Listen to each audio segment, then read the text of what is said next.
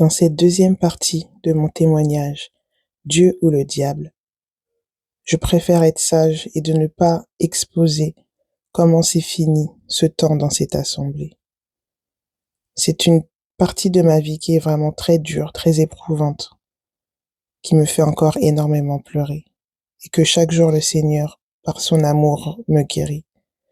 Mais pour vous faire un résumé, cet homme, oui, cet homme qui m'avait parlé de l'amour de Dieu, cet homme qui m'avait dit « Jésus t'aime », cet homme qui m'avait, je croyais, montré ce que c'était de servir Dieu. Ce même homme, 3 ans après, m'a maudit. Ce même homme, 3 ans après, a déclaré des paroles de malédiction sur ma vie. Ce même homme a déclaré que j'irai en enfer, que jamais je n'irai au paradis, que Dieu ne voulait pas de moi. Mais merci Seigneur, parce qu'aujourd'hui tu me prouves encore que tu es celui qui a parlé le premier et qui parlera le dernier dans ma vie. Comme je vous disais, les mêmes personnes qui m'ont présenté Dieu, l'amour de Dieu, me pointent du doigt comme la sorcière. Donc, comme je vous dis, on a fait 3 ans, donc ça a vraiment à partir de 1 an et demi que ça a commencé à être... au début, c'était bien, puis après, c'est la descente, quoi. Vers la fin, moi, j'ai reçu cette conviction que là où on était, c'était pas des... On pouvait nous prêcher Jésus d'apparence, mais c'était pas Jésus qui était derrière, en fait. C'était pas l'Esprit de Dieu qui conduisait ces personnes. Ça a été très dur parce que, vous savez, quand tu vis dans ce genre d'assemblée, je partage ça parce que je sais que beaucoup de personnes vivent aujourd'hui ça, malgré leur profond désir d'être avec Dieu. Il y en a qui sont encore sous l'aveuglement. Il y en a qui subissent ce que je témoigne, qu'on te traite de telle ou telle chose. Et il y en a qui vont peut-être même le vivre. Donc, c'est aussi pour vous mettre en garde de vraiment prendre le temps de discerner, de questionner Dieu, parce que c'est pas tout ce qui se dit Dieu, Jésus qui est de Dieu. Jésus lui-même a dit que c'est pas tous qui diront Seigneur, Seigneur qui sont à lui, en fait. Il faut du discernement. Et moi, à l'époque, je connaissais pas ça. Déjà, je connaissais même pas tous ces trucs-là. Je découvre ça, je tombe dans le truc et je débarque dans une assemblée comme ça. Mais vraiment, tout concourt à notre bien parce que ce que j'en retiens de ces 3 ans dans cette assemblée, c'est que j'ai pu ouvrir la Bible. Et c'est ça, je crois, qui m'a aidé à pouvoir sortir parce que si je ne me serais pas impliquée à méditer, et je vous dis que je lisais énormément. Et en plus, comme on vivait chez un pasteur, cet homme, ça veut dire on regardait pas la télé là-bas. Il y avait une télé puisqu'il avait des enfants, mais on regardait pas la télé, genre les séries, tout et n'importe quoi. Sachant que ma sœur et moi, nous, on était très séries, les Matrix, les Buffy. On était très dans... Moi, j'aimais bien jouer à la console, à GTA, comment ça s'appelle déjà ce jeu-là, les jeux de guerre, tout ça, là. Voilà, moi, j'étais très les trucs violence, quoi. Forcément, quand on était dans un contexte chrétien, voilà, on regardait des animés chrétiens, des films chrétiens, des trucs, tout ce qui est en rapport avec la Bible. Donc, ça m'aidait à me nourrir de la parole et Dieu s'est servi de tout ça pour pouvoir me parler aussi. Mais au début, pendant ce temps, comme je vous ai dit, j'ai pas pleinement rencontré Dieu. C'est comme il s'est manifesté à moi pour me garder de là où j'étais, pour pas que je me fasse endoctriner par tout ce qui était.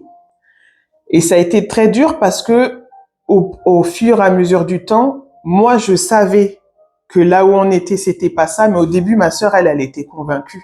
Donc, ça devenait conflictuel entre elle et moi dans le sens que elle a commencé à se dire, peut-être ce qu'ils se disent de toi, c'est vrai, Michel, en fait, tu vois.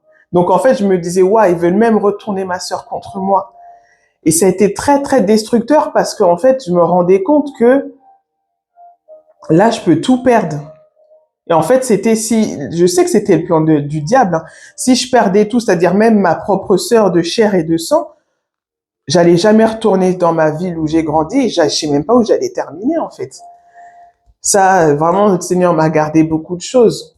Il n'a pas permis que ça aille trop loin, que la rupture avec ma sœur aussi se fasse, parce que sinon, ça allait être destructeur pour moi, mais pour mon existence. Du coup, moi, j'étais consciente, sans pouvoir l'expliquer, parce que ce sont des choses spirituelles.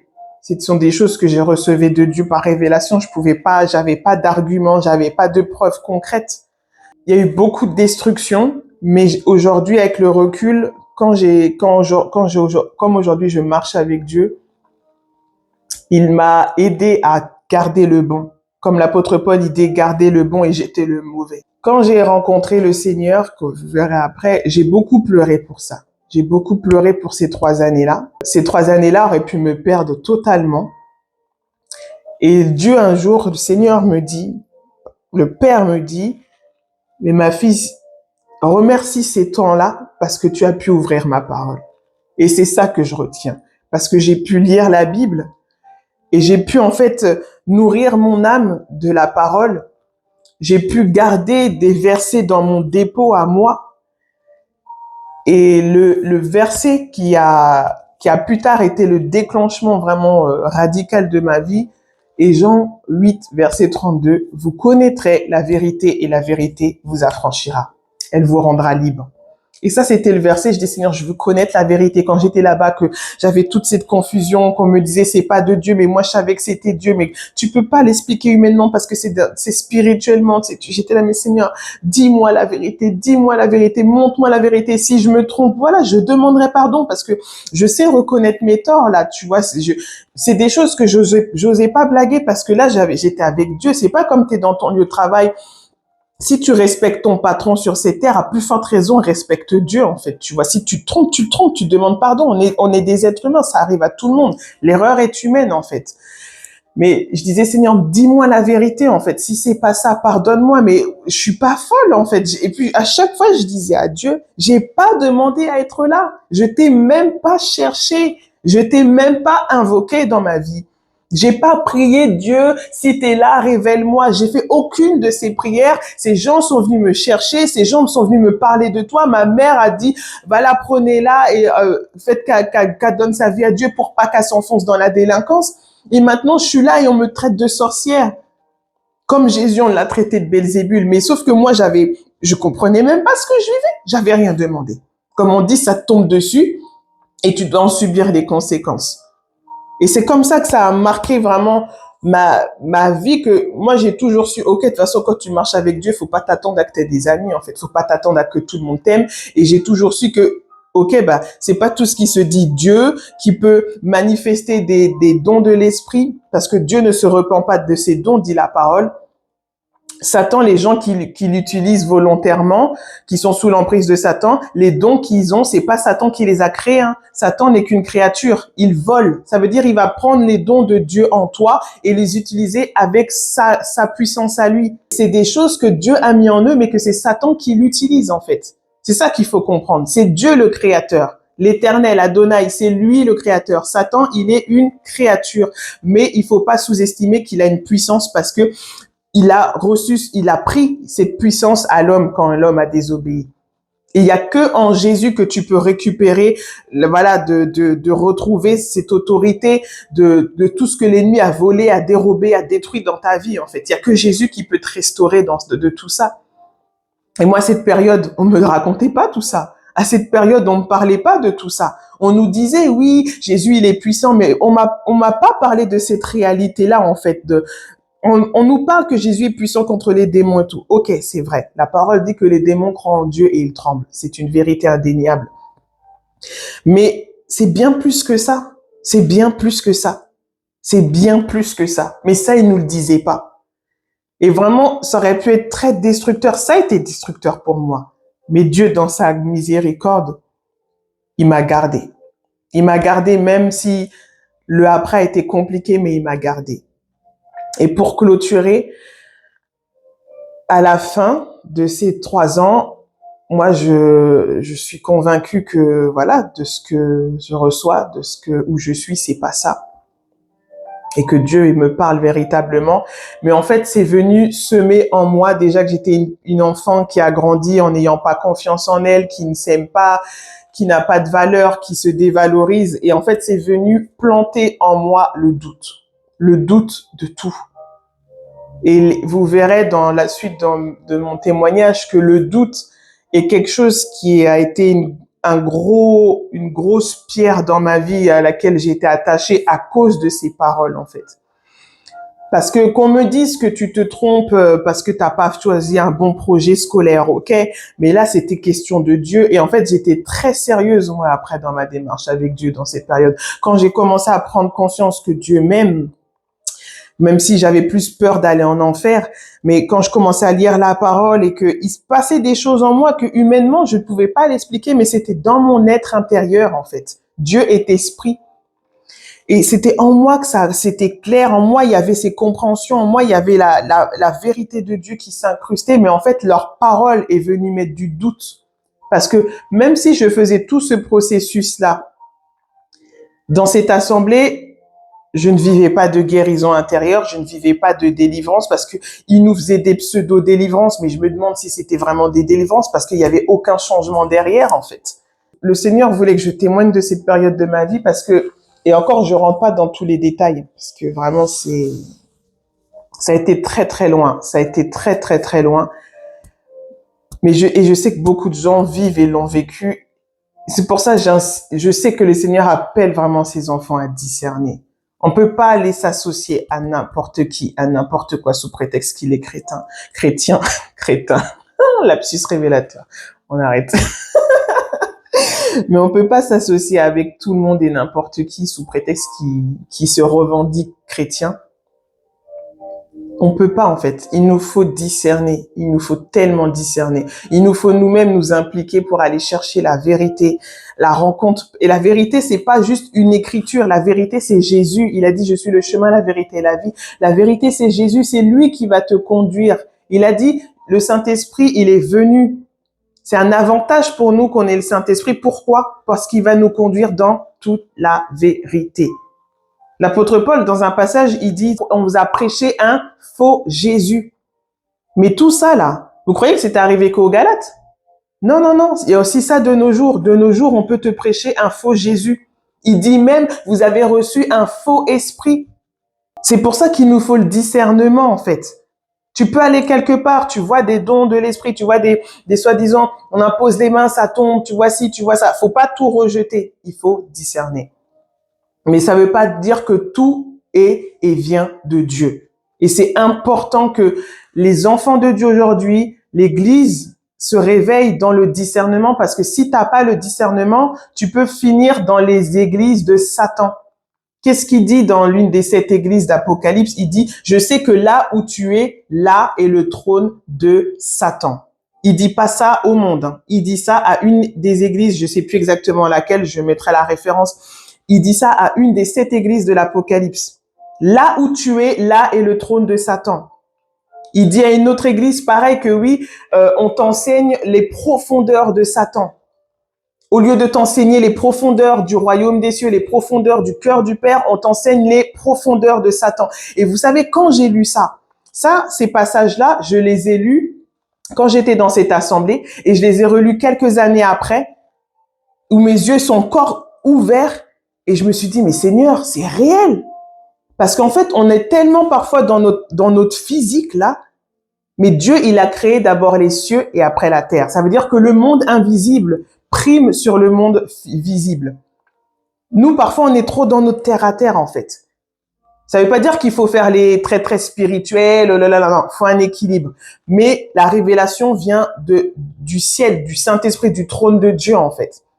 Si t'as pas cette révélation depuis le haut, comme il a dit à Nicodème, que ceux qui sont nés de Dieu, ils sont nés depuis le haut, ils sont nés d'esprit, en fait, de l'esprit de Dieu. C'est pas une théologie, c'est pas parce que je dis pas qu'il faut pas faire d'école théologique, je dis pas, fais ce que Dieu te met à cœur. Je dis pas que tout ça c'est pas bien, mais c'est pas parce que tu as fait tout ça que tu es chrétien. C'est pas parce que tu as fait j'ai fait mon école de pasteur, j'ai reçu mon certificat pasteur, je suis pasteur, ça se trouve Dieu t'appelle même pas à être pasteur. Et c'est pour ça que je dis malheureusement, le diable, il a tellement trompé le monde chrétien, il a tellement trompé l'Église qu'il est important qu'aujourd'hui, on se réveille et qu'on discerne, en fait. Et ça se passe premièrement dans ton intimité avec Dieu. Là, à cette période-là de ma vie, de mes 17 à mes 21 ans, j'avais commencé à comprendre l'intimité, mais parce qu'il y avait encore tellement ces racines de mensonges qui venaient depuis mon enfance, qui parlaient plus, que j'ai été renversée. Le comportement aussi des gens, je me disais, mais attends, tu te dis chrétien, même si vraiment je serais pas ce que je prétends être. Tu peux pas te comporter comme ça avec moi. Il y en avait, ils voulaient nous taper. On arrivait là-bas, c'était limite, on voulait nous caillasser. Comme ils faisaient avec Jésus. Les pharisiens voulaient le caillasser. On arrivait là-bas, on nous disait, ah, vous puez. Ah bon? On nous disait, on n'avait pas droit d'être belle. Je m'habillais comme une merde là-bas. Et je le dis vraiment parce que en fait, on se rend pas compte comment ça peut détruire une vie. Il me faisait me dire, t'as pas droit de t'habiller, t'as pas droit d'être belle parce que quand tu t'habilles comme ça, c'est la séduction, c'est la sirène des eaux. Moi, j'y croyais parce que j'aimais Dieu. Je voulais pas pécher contre Dieu. Je savais déjà tout ce que j'avais péché avant. Eux, ils savaient qu'une partie. Moi, je savais toute ma vie, tout mon jardin secret, comme on dit. Et je voulais plus offenser Dieu. Et je voulais pas aller en enfer. Donc, si on me dit, t'as pas droit de faire ça, je le fais plus. Si on me dit, t'as pas droit de faire ci, je le fais pas. Pour vous dire, en fait, même me coiffer, j'avais pas le droit. Donc, qu'est-ce que j'ai fait? J'ai rasé ma tête. Je mettais des foulards. Je savais même pas si j'étais musulmane ou chrétienne à la fin. Tellement que j'étais voilée de partout. Je mettais des longues robes. Et eux, ils avaient droit de mettre des tissages. Eux, ils avaient droit de mettre des fossiles. Eux, ils avaient droit d'aller à l'esthéticienne. Mais moi, si je le faisais, on était des sirènes des eaux. On allait faire pécher les frères. Donc, toi, tu as juste un problème de convoitise, mais c'est moi la pierre d'achoppement. Mais quand, aujourd'hui, je le dis avec ma maturité et la compréhension du cœur de Dieu, mais quand tu es là, tu arrives, on te dit tout ça, ça te détruit. Déjà, j'étais déjà quelqu'un de brisé, de détruite, mais là, c'est comme s'ils venaient, ils creusaient ma tombe et ils me mettaient dedans, en fait. Ça m'a brisé. Brisé, c'est un mot très faible. Ça m'a extrêmement, vous savez, avec le recul, je me dis, Seigneur, je sais même pas comment j'ai fait pour supporter. Je sais pas. Je sais vraiment pas comment j'ai fait. Je sais tellement pas. Je me dis, c'est que le Seigneur qui a pu me garder parce que toutes les paroles méchantes, tous les regards méchants, toutes les paroles rabaissantes, toutes les paroles où on te fait douter de toi, je dis, Seigneur, mais comment j'ai fait? Et quand je raconte ça, quand je partage ça, et encore là, je sais que je suis un peu allé plus profond, mais il y a des passages que je veux pas dire parce que vas-y, ça sert à rien. Franchement, ça sert à rien. Et quand je raconte ça à des personnes qui m'entourent, ils se disent, mais c'est pas réel. Mais si c'est réel. Si c'est réel. Et c'est encore réel aujourd'hui. Il y en a plein qui le vivent. Et qu'il y a personne pour leur dire, mais sors de là. Ils sont là sous l'emprise, ils sont captifs, en fait, c'est des jougs. On leur met des jougs. Si tu fais pas ça, tu vas voir. On t'écrase, on te tue spirituellement, on te tue physiquement, on te tue psychologiquement, on te tue mentalement. Il y a des gens qui peuvent finir à l'hôpital psychiatrique pour ça. Et je dis ça parce que je sais de quoi je parle. Et je sais pas si c'est parce que j'avais un mental endurci, que je m'étais endurci avec la délinquance qui a fait que j'ai pas sombré.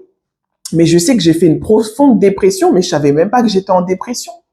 Je savais même pas parce que même la dépression, on t'en parle pas. Là, il n'y a pas de dépression chez les Noirs. Il n'y a pas de dépression chez nous. On dit tout le temps c'est chez les Français. Non, non, la dépression, c'est pas une question de couleur ou de pays. La dépression est réelle. Il y a des esprits de dépression, la maladie mentale, tout ça, c'est pas que chez les autres. Chez les Noirs, il y en a énormément. Et même ça, il faut arrêter de se voiler la face. En fait, ça, c'est être hypocrite. Je sais ce qui m'a fait tenir, c'est parce que j'avais mon arrière-plan de violence. Et en fait, du coup, au lieu de continuer le processus de Dieu qui voulait m'adoucir, qui voulait me briser de cette carapace, Dieu brise pas, hein, mais briser la carapace. Parce que ça aussi, j'aime pas dire j'ai eu des brisements, machin, non. Dieu est amour, il n'a pas besoin de te briser pour t'enseigner. C'est la vie qui emmène des circonstances et Dieu, au travers, comme il dit, dans la vallée de l'ombre de la mort, tu es avec moi. Mais c'est pas Dieu qui a dit vallée de la mort, prends-le, ok? Bref. Mon arrière-plan, violence, tout ça faisait que mon mental allait dire, Michel, tu vas pas mourir ici, en fait. Même si tout au-dedans de moi est en train de tomber comme une tour qui a reçu une explosion et qui s'effondre comme ça. Pouf. Je sais pas si vous avez déjà vu des bâtiments exploser. Moi, j'en avais vu quand j'étais plus jeune. Il y avait un bâtiment qui devait détruire et ils avaient mis les dynamites. On avait assisté en fait, ça pète par le bas et toute la tour s'effondre comme ça. Après, ça devient un grand nuage de poussière. Ben, moi, c'est ce qui se passait à l'intérieur de moi. Tout s'effondrait. Mais je disais, Michel, c'est pas ici qu'on va t'enterrer. C'est pas là. C'est pas eux, là. Et je les insultais à cette époque voilà, je les insultais parce que j'étais extrêmement en colère. Mais extrêmement en colère. Et après, j'étais en colère envers Dieu, en fait.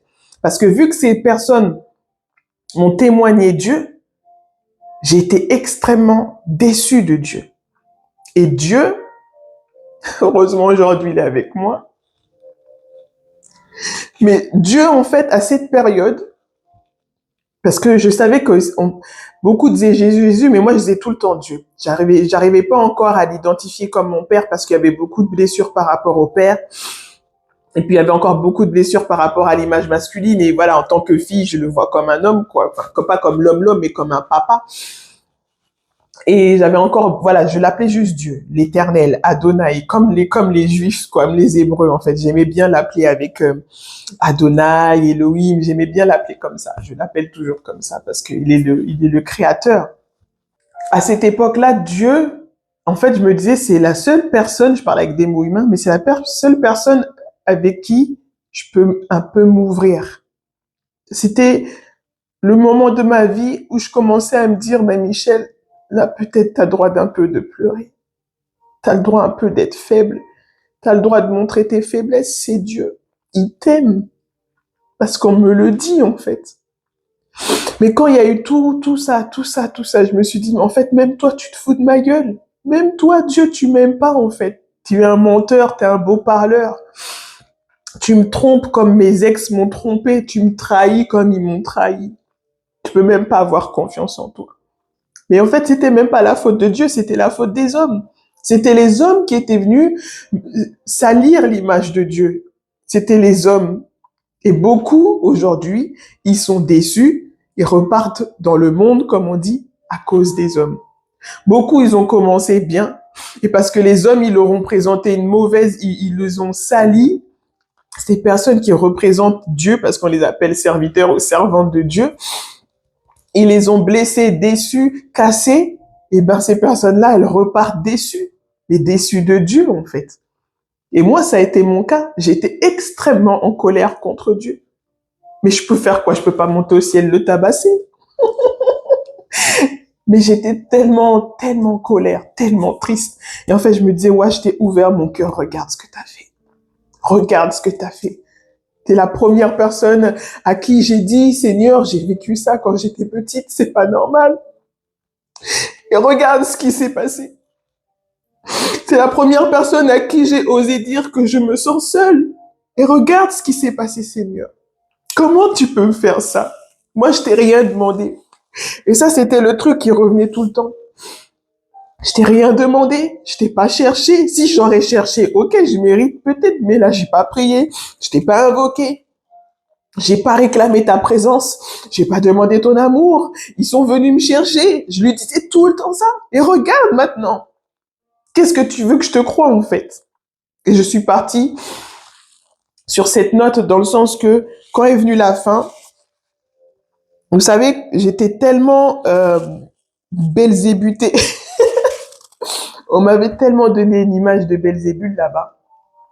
Il y a un passage dans je crois que c'est dans le livre de Corinthiens qui dit, voilà, lorsque vous réunissez, s'il a un cantique, s'il a un chant, s'il a une exhortation. Donc en fait, à chaque fois, il y avait un peu le temps d'adoration, de louange. Et puis il disait, voilà, est-ce qu'il y a quelqu'un qui a une parole, qui a reçu quelque chose?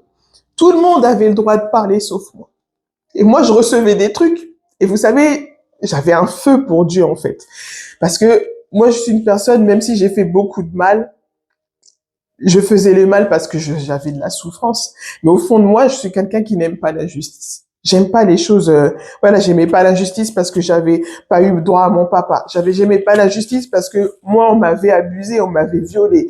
J'aimais pas la justice parce que tous les petits copains que j'ai eus, à chaque fois, ils me trompaient. J'ai trouvé ça injuste, en fait. Et quand je suis rentrée avec le Seigneur, que j'ai découvert que, Michel, tu n'aimes pas l'injustice, en fait. Tu n'aimes pas le mal gratuit. Même si moi-même j'ai fait du mal, hein, mais parce qu'en fait, je me suis dit, bah, vu qu'on m'a fait du mal, je vais faire du mal aussi. Tout ça n'était qu'une répercussion de ce que je vivais. Ça n'excuse pas mes actes. Dieu m'a pardonné, merci. Je me disais, mais j'ai même pas le droit de dire ce que je pense. Même pas le droit de dire ce que Dieu met dans mon cœur. Parce que eux, ils me disaient, ouais, toi, tu vas encore dire ça, tu vas encore dire ci, et puis de toute façon, t'es impur. Comme quand on est sous la loi où t'es un lépreux, il faut pas t'approcher de toi, il faut s'éloigner de tant de coudées. Mais vous vous rendez compte? Vous vous rendez compte? Là, aujourd'hui, je le dis parce que j'ai la maturité, j'ai 34 ans, j'ai grandi. Mais à cette époque-là, là, dans ma tête, en fait, ça venait que confirmer, Michel, tu es une erreur. Michel, tu es de la merde. Michel, t'es une malédiction. Et en même temps, je disais, mais Seigneur, je t'ai rien demandé. Pourquoi tu me fais ça? Est-ce que j'ai pas assez souffert? Est-ce que j'ai pas assez subi pour que tu viennes encore m'achever comme ça? Je me rends compte que depuis 1 an et demi, Dieu me parlait vraiment. Je me rends compte que depuis 1 an et demi, ces personnes me maudissaient. Je me rends compte que depuis 1 an et demi, ces personnes m'ont détruite en fait, par leurs paroles. Je savais plus qui j'étais. J'avais peur de me sentir belle parce qu'on me disait si t'es belle, t'es un esprit des eaux.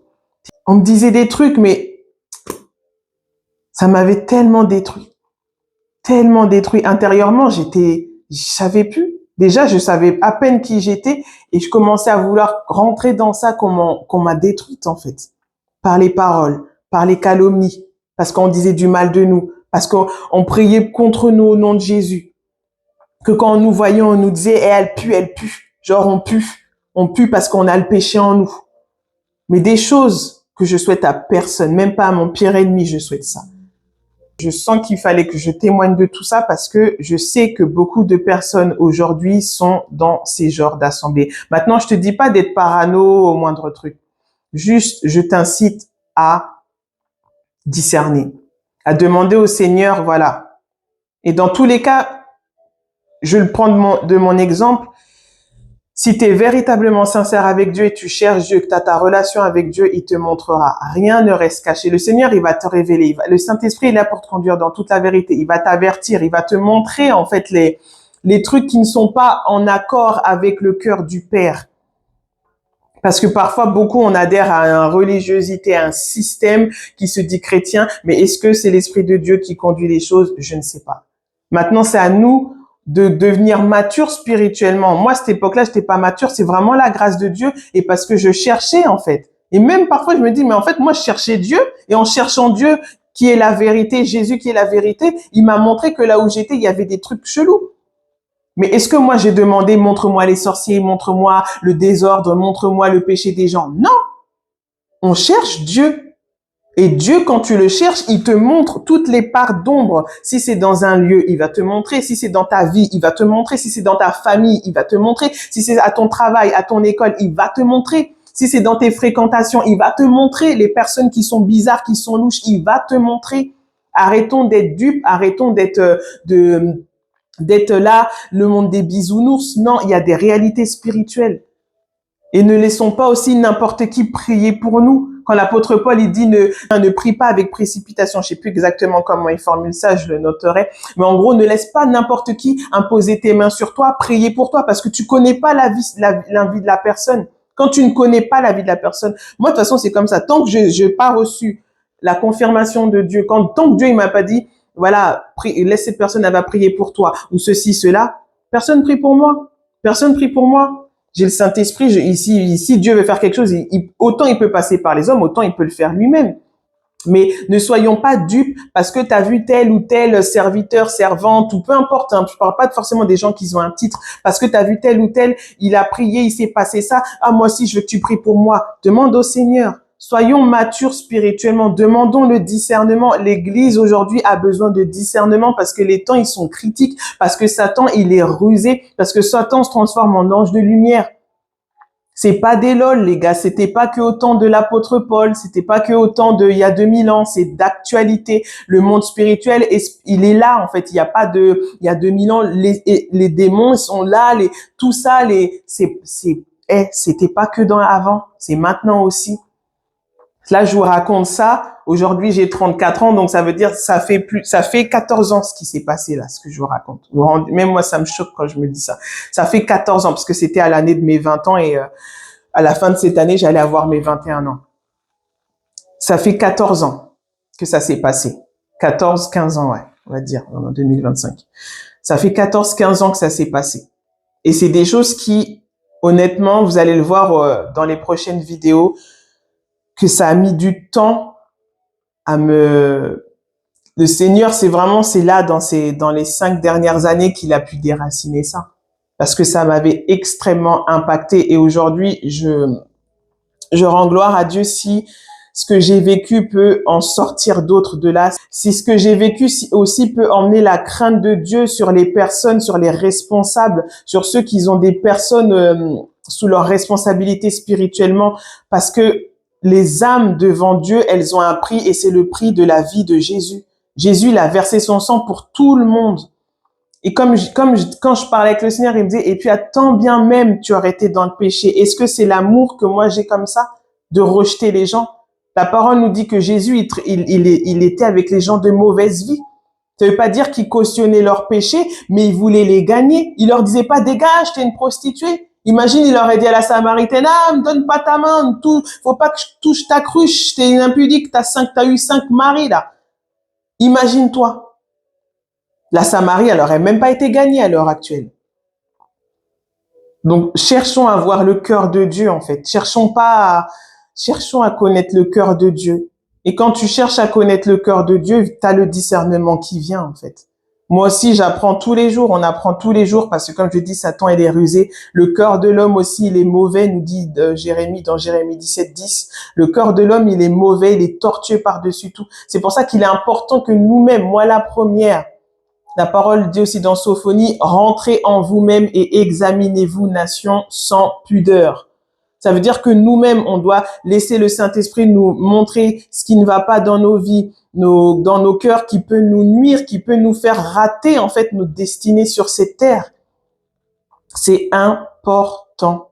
C'est une période de ma vie qui a été très, très, très dure et que c'est que dernièrement que j'en guéris. Je sais qu'il y a encore des blessures, hein. Honnêtement, il y a encore des blessures, mais le Seigneur fait grâce. Il y a encore des choses dont il restaure. J'ai pardonné à ces personnes, je ne leur en veux pas. Je prie, je sais pas aujourd'hui où elles en sont, mais je prie que de tout mon cœur que les choses soient réalignées avec le cœur du Père, parce que Dieu aime tout le monde, il veut que tout le monde soit sauvé, il ne veut pas que le méchant meure, et le méchant, c'est pas celui qui fait qui tue avec son couteau. Le méchant, t'es méchant quand t'es plus en accord avec Dieu, t'es méchant. Quand t'es plus en accord avec sa volonté parfaite, tu vis hors de sa volonté, t'es un méchant. C'est ça, en fait. Donc moi, mon cœur, c'est le cœur du Père, il veut qu'on soit tous avec lui, dans nos failles, dans nos faiblesses. Voilà, laissons-nous travailler dans nos cœurs, laissons le Seigneur venir extirper tout ce qu'il doit extirper. Comme moi, il me guérit, il soigne toutes ces blessures que j'ai eues, parce que oui, aujourd'hui, je n'ai plus, avant, pour vous dire, pour moi, j'allais plus jamais faire confiance à une église, à un serviteur, à un apôtre, à un pasteur, à un prophète, peu importe. Même un chrétien tout simple, en fait, c'était terminé. Et vous allez voir dans la suite de mon témoignage. Mais aujourd'hui, si je peux, c'est parce que Dieu a fait un travail dans mon cœur, parce que je lui ai remis aussi cette offense, je lui ai remis aussi cette blessure, cette injustice. Et que je comprends qu'on est que des êtres humains, en fait. Après, ça veut pas dire accepter et tolérer tout. On est que des êtres humains et il faut reconnaître que voilà, on n'a pas un cœur forcément pur au début et que c'est le Seigneur qui doit nous purifier de tout ça. Et il est important aussi de guérir Donc ça, je veux vraiment aussi prier pour toutes les personnes qui, comme moi, ont vécu ça, ont vécu ces blessures, ces traumatismes, ces rejets dans les milieux chrétiens, dans les milieux évangéliques. Toutes ces personnes qui ont été traitées de sorciers, de sorcières, d'esprits séduction, toutes ces personnes qui ont été aussi traitées peut-être de Jézabel, voilà. Vraiment, je prie pour que toutes ces personnes puissent vraiment laisser le Seigneur guérir leur cœur, que vous remettez cette offense à Dieu, que vous pardonnez. On peut pas pardonner de nous-mêmes, mais fais le choix. Le Seigneur, elle a dit, je mets devant toi la vie et la mort, choisis la vie. Le pardon, c'est pas un sentiment, c'est un choix. C'est de choisir de pardonner. Et ça sera plusieurs fois. Parfois, à chaque fois que va vouloir revenir la blessure, l'offense, va vouloir parler dans ta tête. Ok, c'est passé ça, mais je choisis de pardonner. Encore aujourd'hui, moi, je dis, Seigneur, je pardonne ces personnes. Je prie qu'elles soient alignées avec ton cœur, en fait. Et après, c'est moi, aujourd'hui, je ne suis plus, quand je dis affectée, voilà, c'est passé, en fait, tu vois. C'est pour ça, je pense qu'aujourd'hui, que le Seigneur voulait que j'en parle librement, parce que je sais que, voilà, ça va être vu et entendu par des personnes que je connais pas. J'en parle librement parce que je refuse de vivre avec cette offense-là. Jésus a pris pour moi cette offense. Jésus lui-même a été traité de Belzébul. Jésus lui-même a été critiqué, calomnié, rejeté.